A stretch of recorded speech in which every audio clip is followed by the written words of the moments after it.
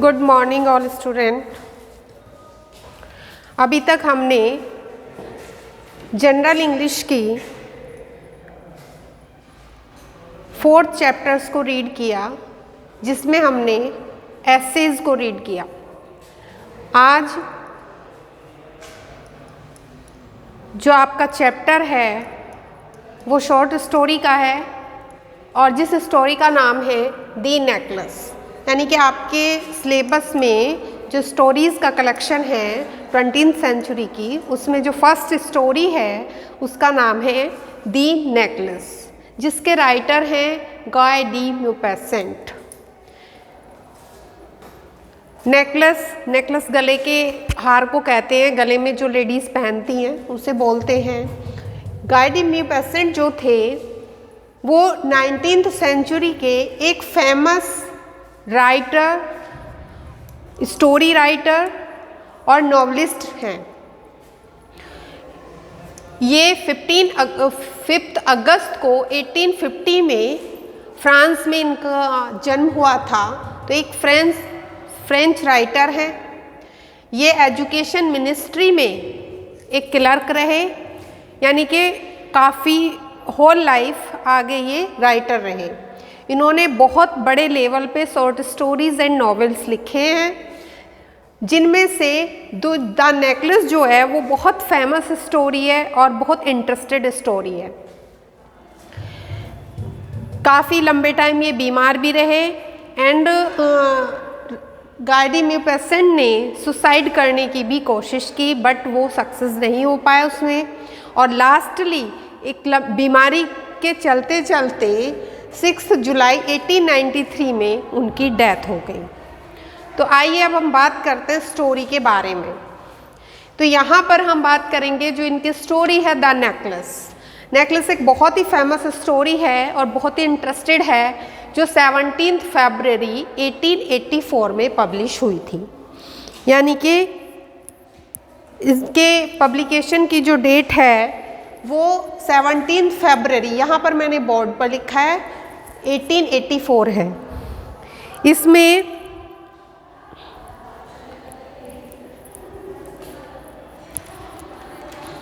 जो main character है story के अंदर वो एक गर्ल है, यंग गर्ल है और वो बहुत ही सुंदर है। मैं आपको बताना चाहूँगी जिसका नाम है मैथिल्ड। यहाँ पर बोर्ड पर लिखा है, देखिए ये मेन कैरेक्टर इसके अंदर है, जिसके ऊपर ये सारी स्टोरी है। मैथिल्ड जो है वो एक मीडियम फैमिली से बिलोंग करती है, यानी कि उसका जो बर्थ हुआ है वो एक मीडियम परिवार में हुआ है और वो मतलब बहुत ज़्यादा रिच नहीं है, but she was very beautiful. वो बहुत सुंदर थी, बहुत चार्मिंग थी और बहुत सुंदर थी, बहुत अट्रैक्टिव थी। तो उसकी बचपन से ही इच्छा थी, जैसे सी वॉज वेरी चार्मिंग दैट, कि वो एक रिच फैमिली से बिलोंग करती, उसका जो बर्थ है वो एक अच्छी फैमिली में होता। तो वो बहुत अच्छे अच्छे कपड़े पहनती, अच्छी अच्छी ज्वेलरी पहनती, सब लोग उसको देखते, सब लोग उसकी प्रशंसा करते, इस तरह से उसकी इमेजिनेशन होती है। बट मैथिल्डे जो है वो एक मध्यम वर्ग के फैमिली से बिलोंग करती थी।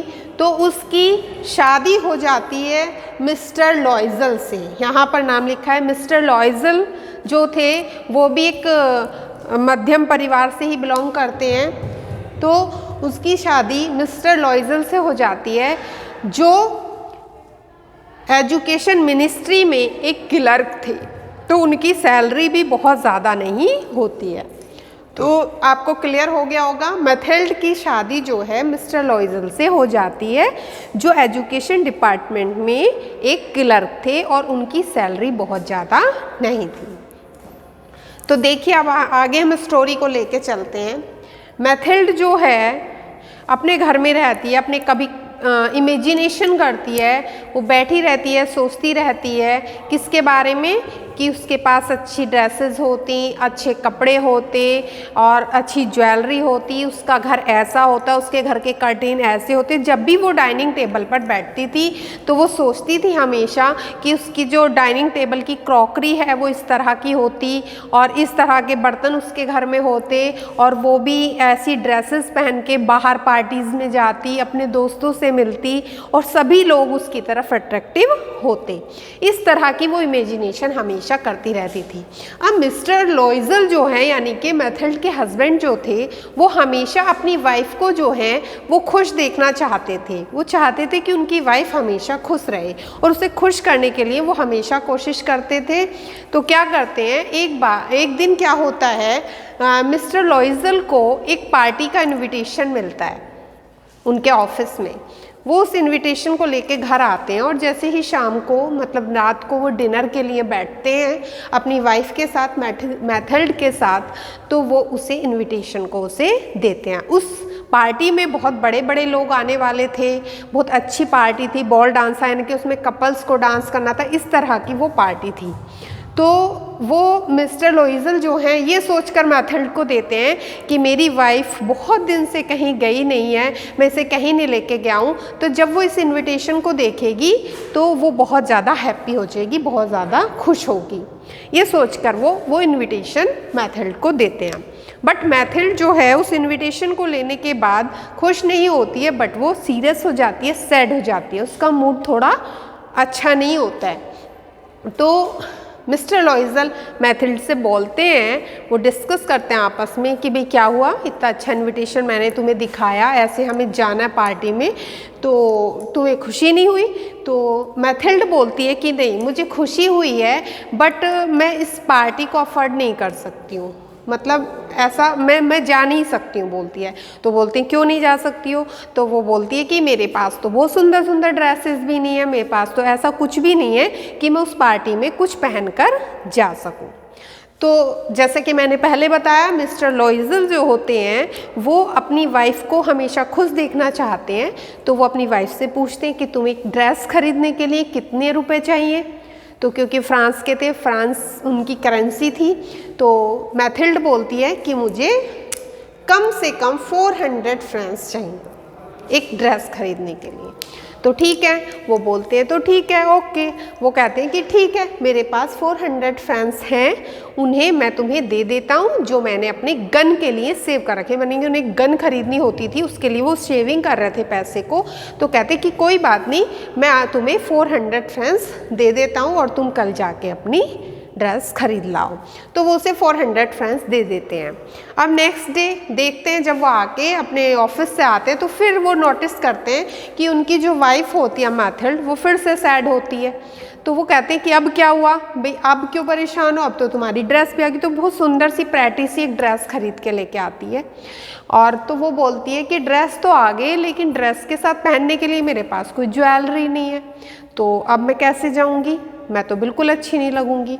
तो मिस्टर लॉइजल मैथिल्ड को समझाते हैं, कन्विंस करते हैं कि तुम पहले से ही बहुत स्मार्ट हो, बहुत सुंदर हो, बहुत चार्मिंग हो, तुम्हें ज्वेलरी की क्या ज़रूरत है?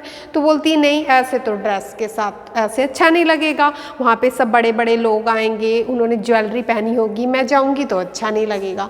तो मिस्टर लॉइजल उसे कन्विंस करते हैं कि तुम बहुत स्मार्ट हो, तुम एक काम करो, मतलब फ्रेश फ्लावर्स ले आना और उनकी ज्वेलरी बना लेना, उसे पहन के भी तुम बहुत अच्छी लगोगी। बट क्या होता है, मैथिल्ड जो होती है वो सेटिस्फाई नहीं होती है, क्योंकि उसे तो ज्वेलरी पहननी होती है। तो वो बोलती कि नहीं, ऐसा नहीं हो सकता, वो मैं नहीं पहन सकती, वो उसके साथ ड्रेस के साथ सूट नहीं करेगी, वो सैड होती है। अब वो दोनों इस तरह से डिस्कस कर रहे होते हैं, तो दोनों ही ये डिसाइड करते हैं। मिस्टर लॉइजल बोलते हैं कि ठीक है, देखो ज्वेलरी तो हम अफोर्ड नहीं कर सकते हैं, तो आप तुम एक काम करो, तुम्हारी एक फ्रेंड है जो बहुत ज़्यादा रिच है, जिसका नाम था मैडम फॉरेस्टर, यहाँ पे लिखा है देखिए मैडम फॉरेस्टर, जिसका नाम होता है मैडम फॉरेस्टर। तो कहते हैं तुम एक काम कर लो, वो काफ़ी रिच है, उसके पास ज्वेलरी होंगी, तो तुम उससे बोरो कर लो, यानी कि उधार ले लो कि भाई वो एक दिन पहनने के लिए तुम्हें ज्वेलरी दे देगी। तो बोलती है हाँ ठीक है, कल मैं मैडम फॉरेस्टर के पास जाती हूँ और उससे ज्वेलरी उधार ले आती हूँ। ठीक है, अब क्या करती है मैथिल्ड जो है मैडम फॉरेस्टर के पास जाती है और उससे बोलती है कि ऐसे ऐसे पार्टी में मुझको जाना है और मुझे ना एक दिन के लिए ज्वेलरी दे दो। तो मैडम फॉरेस्टर जो हैं वो उसकी अच्छी फ्रेंड थी, तो काफ़ी रिच भी थी वो, तो वो उसे जितनी भी ज्वेलरीज उनके पास होती हैं वो सारी ज्वेलरी निकाल कर मैथिल्ड के सामने रख देती है। मैथिल्ड सारी ज्वेलरी को नेक से लगा कर देखती है, बट वो कहती है नहीं मुझको ये अच्छी नहीं लग रही है, तो बोलती है और भी कोई ज्वेलरी है क्या। तो मैडम फॉरेस्टर जो है एक बॉक्स निकालती हैं अपनी रैक से, जो एकदम नई ज्वेलरी का बॉक्स था, उसमें से एक ज्वेलरी नेकलेस निकालती हैं वो, और वो बिल्कुल ऐसा होता है जैसे डायमंड नेकलेस होता है, बिल्कुल न्यू था, और वो उसको मैथिल्ड को दिखाती हैं। मैथिल्ड उसे उठाकर अपने नेक से लगाकर देखती है, तो वो चेक करती है कि वो जो नेकलेस होता है वो उसकी ड्रेस के साथ बहुत प्यारा लग रहा होता है, बहुत सूट कर रहा होता है, तो कहती है हाँ मुझको यही चाहिए। तो मैडम फॉरेस्टर कह देती कि ठीक है तुम इसको ले जाओ, तो वो उस नेकलेस को लेकर आ जाती है। अब मैथिल्ड बहुत खुश होती है बिकॉज उसके पास ज्वेलरी भी आ गई और उसके पास बहुत प्रेटी सी ड्रेस भी है। फाइनली अब क्या होता है आगे देखिए स्टोरी में, वो दिन आ जाता है जो पार्टी का दिन होता है, वो दिन आ जाता है और वो शाम को अपने हस्बैंड के साथ अच्छे से तैयार होके पार्टी में चली जाती है। वो अपने हस्बैंड के साथ पार्टी में जाती है, तो वो स्मार्ट एंड सुंदर, तो बहुत चार्मिंग थी, बहुत सुंदर थी। तो जब वो उस प्रेटी सी ड्रेस को पहनती है और वो नेकलेस पहनती है तो वो और भी ज़्यादा चार्मिंग लगती है। जैसे ही वो पार्टी में एंटर करती है, वहाँ पे सब लोग उसकी तरफ अट्रैक्टिव होते हैं, उसे देखते हैं, तारीफ़ करते हैं, सब लोग उसके साथ डांस करना चाहते हैं, तो उसे बहुत अच्छा फील होता है, मतलब जैसा वो चाहती थी, जैसी वो हमेशा से इमेजिनेशन करती थी, तो इस तरह से उसे फील होने लगता है। वो बहुत खुश होती है और वो अपने हस्बैंड के साथ डांस भी करती है। फाइनली सुबह के 2-3 बज जाते हैं, इस तरह से वो पार्टी को फुल्ली एंजॉय करती है और वो बहुत खुश होती है उससे। तो मिस्टर लॉइजल भी बहुत खुश होते हैं कि बिकॉज उनकी वाइफ बहुत खुश होती है। फिर बाद में पार्टी ऑफ हो जाती है। अब वो जैसे ही पार्टी ऑफ होती है तो वो अपने घर की तरफ निकलते हैं। तो मिस्टर लॉइजल जो हैं, बाहर ठंड होती है तो एक वो होता है स्टोल उनके पास, वो उसको डाल देते हैं कि बाहर बहुत ठंड है इसको ओढ़ लो। तो कहती है नहीं मुझे ये नहीं ओढ़ना, इसे डालने के बाद मेरी ज्वेलरी और मेरी ड्रेस दिखाई नहीं देगी और मेरा मतलब जो मैंने पहना है वो ढक जाएगा। तो वो फिर भी कहते हैं कि नहीं इसको ओढ़ लो, फिर भी वो बाहर आके ओढ़ लेती है। वो फिर बाहर जब आ जाते हैं वो एक किराए की कैब करते हैं और कैब करके वो घर पर पहुंच जाते हैं। घर तक आते आते वो बहुत खुश होते हैं, दोनों घर आ जाते हैं। अब जब मैथिल्ड और उनके हस्बैंड मिस्टर लॉइजल दोनों घर आ जाते हैं तो जैसे ही वो मतलब घर पर आकर वो सोचती है कि एक बार मैं भी अपने आप को मिरर के आगे जाकर देखूं कि मैं कैसी लग रही हूँ।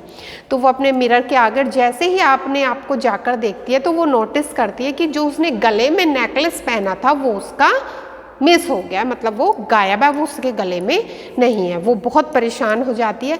तो वो अपने हस्बैंड को बोलती है लॉइजल को कि ये तो मेरा नेकलेस खो गया है। तो लॉइजल बोलते हैं कि ऐसे कैसे हो गया।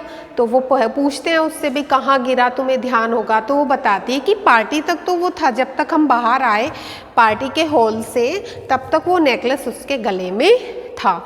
तो वो शायद सोचते हैं कि कैब में गिर गया होगा। वो पुलिस स्टेशन भी जाते हैं, रोड पर भी ढूंढते हैं। तो मिस्टर लॉइजल जो हैं वो वापस ऐसे ही उसका नेकलेस ढूंढने चले जाते हैं क्योंकि वो नेकलेस जो था वो मैडम फॉरेस्टर का था और वो उन्होंने बोरो किया हुआ था, यानी कि एक दिन के लिए उधार दिया होता। तो ये ज़्यादा उनके माइंड में दोनों की टेंशन बढ़ जाती है। अब वो पुलिस स्टेशन जाके भी कंप्लेन करते हैं, कैब वाले को भी कोशिश करते हैं मिल जाए, लेकिन वो नेकलेस उन्हें नहीं मिलता। वो काफ़ी परेशान हो जाते हैं। अब उन्हें वो नेकलेस मैडम फॉरेस्टर को वापस करना था। तो मैडम फॉरेस्टर तो ये कहेंगी कि उसने चीट कर दिया, उनका नेकलेस चुरा लिया। तो बहुत ज़्यादा डिस्टर्ब हो जाते हैं। तो अब जब बहुत परेशान हो जाते हैं तो वो क्या करते हैं, वो मिस्टर लॉइजल बोलते हैं कि वो तो नेकलेस तो हमें वापस करना ही है। तो अब क्या करते हैं, ज्वेलर्स के पास जाते हैं, देखते हैं कोई उसके जैसा नेकलेस मिल जाएगा क्या। तो वो जाते हैं वहाँ पे, काफ़ी ज्वेलरी की शॉप्स जो होती हैं उन पे ढूंढते हैं। तो एक शॉप पे जाके उन्हें ऐसा ही नेकलेस मिलता है, बट वो उसकी कॉस्ट जो है वो बहुत ज़्यादा बताता है। तो वो बोलता है कि ये 40,000 फ्रांस में देंगे हम आपको, क्योंकि वो बोलता है अच्छा। तो क्योंकि वो डायमंड का नेकलेस था कि भाई डायमंड का नेकलेस हमें रिटर्न करना है, तो कहता है कि ये आपको 40,000 फ्रांस का पड़ेगा। फिर भी वो फिर बोलते हैं कि ठीक है, हम 2-3 दिन बाद आके आप हमें सेम ऐसा नेकलेस बना के दे दो डायमंड का, और हम उसे 3-4 दिन के बाद आके उसे ले जाएंगे, आप उसे बनवा दो। तो फिर वो उनका जो बार्गेनिंग होती है ज्वेलर्स से, वो 34,000 फ्रांस में हो जाती है कि ठीक है 34,000 फ्रांस में 2-3 दिन के बाद आके वो उस नेकलेस को, डायमंड के नेकलेस को ले जाएंगे। अब जो मिजरेबल चीज़ है यहाँ पर इस स्टोरी में, वो ये है मिजरेबल इंसिडेंट कि वो पहले से ही अपने जो पैसे थे मिस्टर लोइजल 40,100 फ्रांस जो जुड़े हुए पैसे थे वो अपनी वाइफ को दे चुके थे ड्रेस खरीदने के लिए। अब उनके पास पैसे तो होते ही नहीं है, तो वो बेचारे क्या करते हैं, मिस्टर लोइजल जो हैं उनके 18,000 फ्रांस जो उनके फादर ने उनके प्रॉपर्टी के तौर पर उन्हें छोड़े थे, मतलब जैसे उनके फादर की डेथ हुई थी तो उन्हें फादर से मिले हुए थे 18,000 फ्रांस। तो 18,000 फ्रांस तो वो लेते हैं वो अपने। अब उन्हें और भी पैसे चाहिए थे क्योंकि करने कितने थे 34,000, तो बहुत डिस्टर्ब होते हैं। तो वो इधर उधर से फिर कर्जा ले लेते हैं, पैसे इकट्ठा करते हैं अपने दोस्त से, ऑफिस से, इस तरह एडवांस सैलरी लेते हैं और वो 34,000 फ्रांस को कलेक्ट करते हैं इस तरह से, और तब जाके फिर वो उसे नेकलेस को ज्वेलर्स की दुकान से लेकर आते हैं। फिर वो मैथिल्ड जो है उस डायमंड नेकलेस को लेकर फॉरेस्टर के पास पहुंचती है, मैडम फॉरेस्टर के पास, और उन्हें जाकर वो उनका नेकलेस दे देती है। उसके बाद भी वो बहुत ज़्यादा डर रही होती है कि कहीं थोड़ी बहुत कमी तो इसमें नहीं रह गई है कि पता चला मैडम फॉरेस्टर जो हैं वो ये बोल दें कि तुमने तो ये नेकलेस बदल दिया। लेकिन फिर भी बहुत डर रही होती है। लेकिन मैडम फॉरेस्टर जो है उनके ऊपर गुस्सा करती हैं और बोलती है तुम इतना लेट लेके आई हो, ये नेकलेस मुझे कहीं पहनना था और तुमने लेट कर दिया लाने में। फिर भी वो उनका एक बार बॉक्स को खोलकर देखती हैं एंड देन वो उसको बंद करके रख लेती हैं। तो मैथिल्ड जो है थोड़ा वो हो जाती है कि नॉर्मल होती है कि हाँ चलो अब इन्होंने कुछ और नहीं बोला मुझको, और वो अपने घर वापस आ जाती है। अब देखिए यहाँ पर क्या होता है, बिकॉज ये दोनों मैथिल्ड और मिस्टर लॉइजल क्या होते हैं, कर्ज के अंदर डूब जाते हैं इस नेकलेस की वजह से, क्योंकि इनके पास पैसे थे नहीं। अब वो बेचारे रात को लेट तक मिस्टर लोइजल अपने ऑफिस में काम करते हैं कि एक्स्ट्रा सैलरी उन्हें मिलेगी, इस तरह से एक्स्ट्रा घंटे काम करते हैं, रात को कहीं और भी जॉब करते हैं। उधर मैथिल्ड जो है वो बहुत चार्मिंग और सुंदर लेडी थी, बहुत स्मार्ट थी। वो क्या करती है, अपने घर से जो काम वाली है उसको हटा देती है और वो भी अपने सारे काम हाथ से करना शुरू कर देती है। मैं इनके जो उनके घर में मेड काम करने आती थी तो वो सारे काम खुद करती है, बाहर से सब्जी लाना ये ऐसे करके, और उन्हें इस कर्ज को चुकाने में 10 साल लग जाते हैं। यानी कि 10 साल तक वो दोनों हस्बैंड एंड वाइफ इतना सफ़र करते हैं उन कर्ज को चुकाने के लिए कि कम से कम खर्च करते हैं और बहुत लेबर करते हैं। तो मैथिल्ड जो थी, जो बहुत सुंदर और स्मार्ट थी, चार्मिंग थी, वो इस तरह से काम करती है और टेंशन में भी रहती है, तो उसकी जो खूबसूरती होती है वो ख़राब हो जाती है।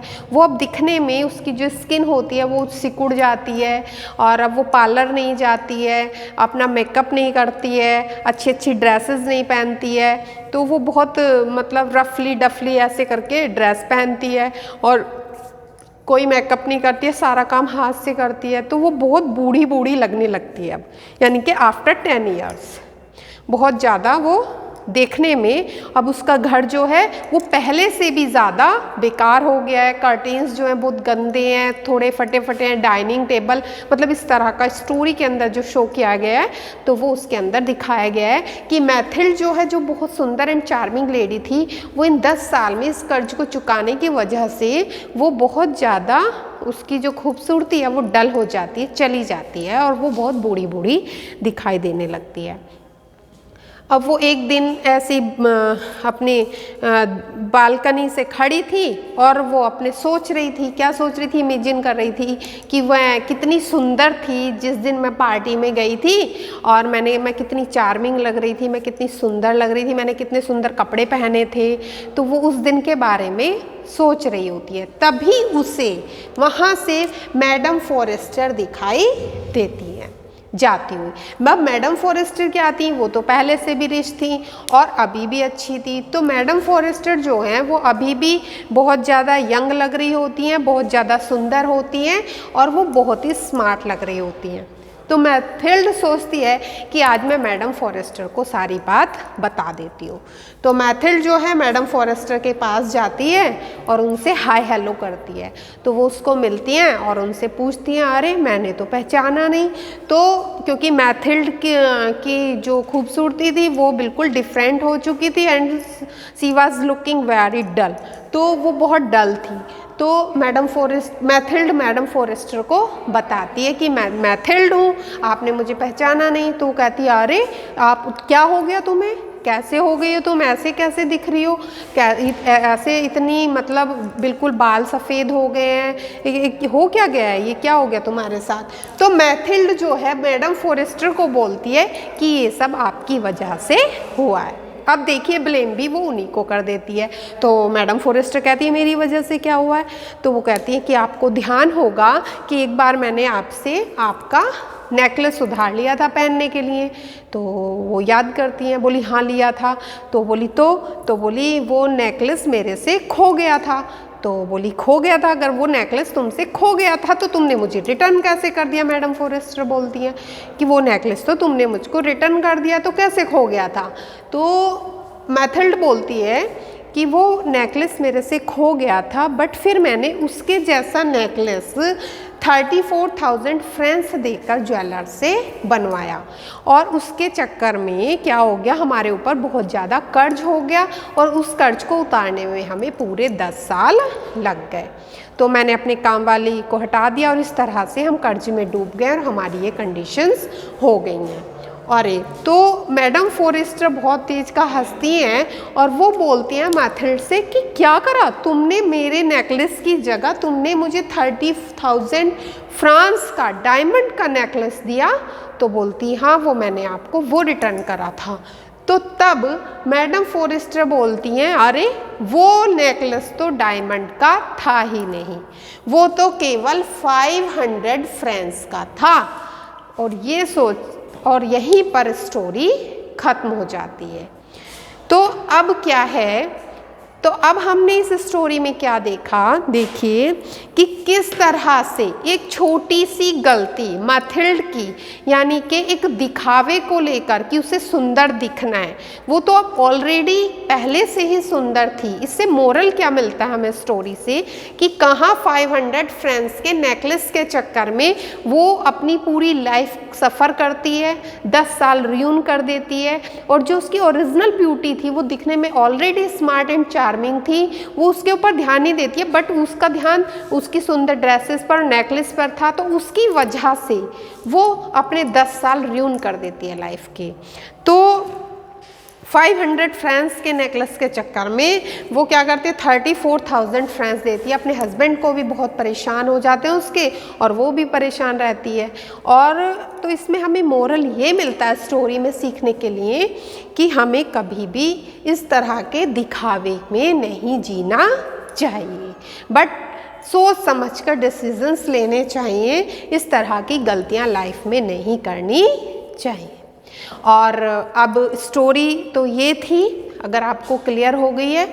और दूसरी बात मैं अभी सभी बच्चों से ये बोलना चाहूँगी कि आप अपनी टेक्स्ट जो है यानी कि बुक अरेंज करें या जैसे भी करके इसका जो ओरिजिनल टेक्स्ट है उसको ज़रूर पढ़ें, क्योंकि उसमें पॉइंट टू पॉइंट जो कन्वर्सेशन है वो आपको क्लियर हो जाएगा। ये केवल आपको मैंने स्टोरी का एक वो कर दिया, एक्सप्लेन किया है, तो बट आप अपना टेक्स्ट लें और टेक्स्ट को ज़रूर पढ़ें।